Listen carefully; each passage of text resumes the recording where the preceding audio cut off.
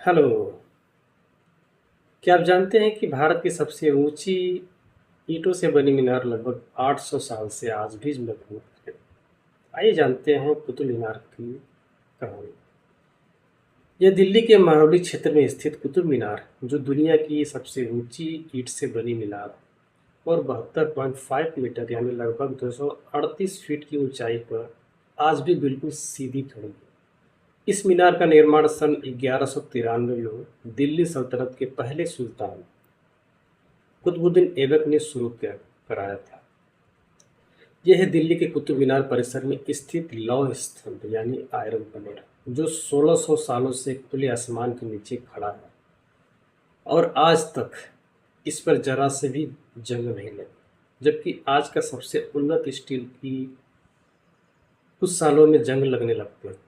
यह स्तंभ 7.2 मीटर ऊंचा और इसकी वजन लगभग 6 टन।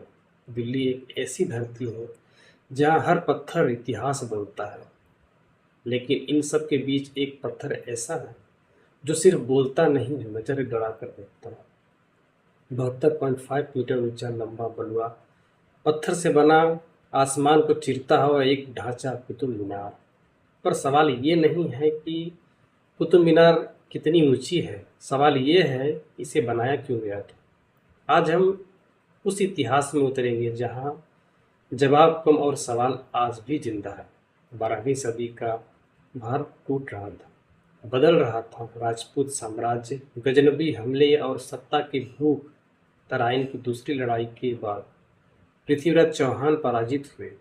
दिल्ली पर पहली बार नई सल्तनत का झंडा लहराया है।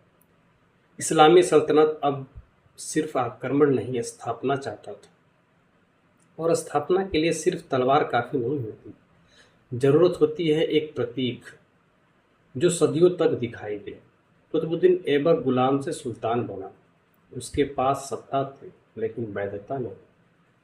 और इतिहास गवाह है, जब शासक को अपनी सत्ता साबित करनी होती है तो पत्थरों में अपने इतिहास लिखता है। इसी सोच से एक मीनार की नींव रखी जाती है, नाम रखा जाता है कुतुब मीनार। लेकिन ये मीनार सिर्फ इमारत नहीं थी, ये था एक संदेश। कुतुब मीनार की पहली मंजिल भारी पत्थरों से बनाई गई।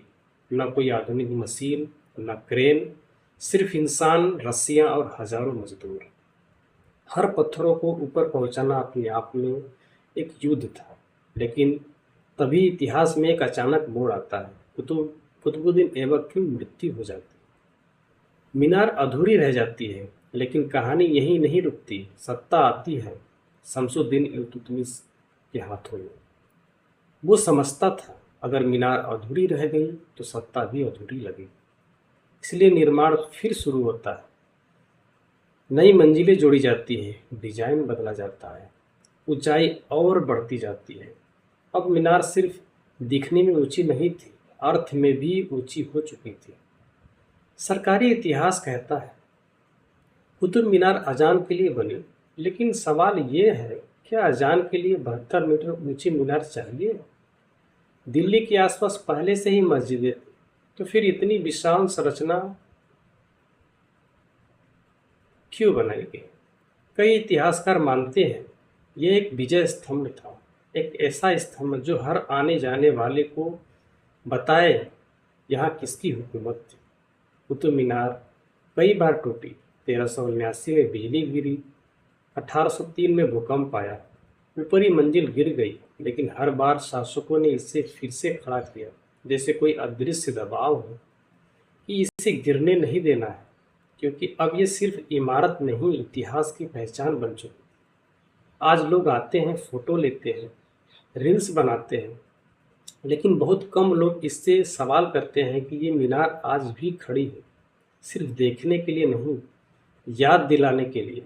कुतुब मीनार सिर्फ पत्थर नहीं है, ये सत्ता का अहंकार, इतिहास का संघर्ष और समय की गवाही। ये हमें बताती है राज बदलते हैं, साम्राज्य मिटते हैं, लेकिन इतिहास हमेशा खड़ा रहता है। यह दिल्ली के सबसे प्रसिद्ध ऐतिहासिक स्मारकों में एक है और हर साल लाखों संख्या में पर्यटक इसे देखने आते हैं। दोस्तों, ये था कुतुब मीनार के निर्माण के ऊपर छोटा सा वीडियो।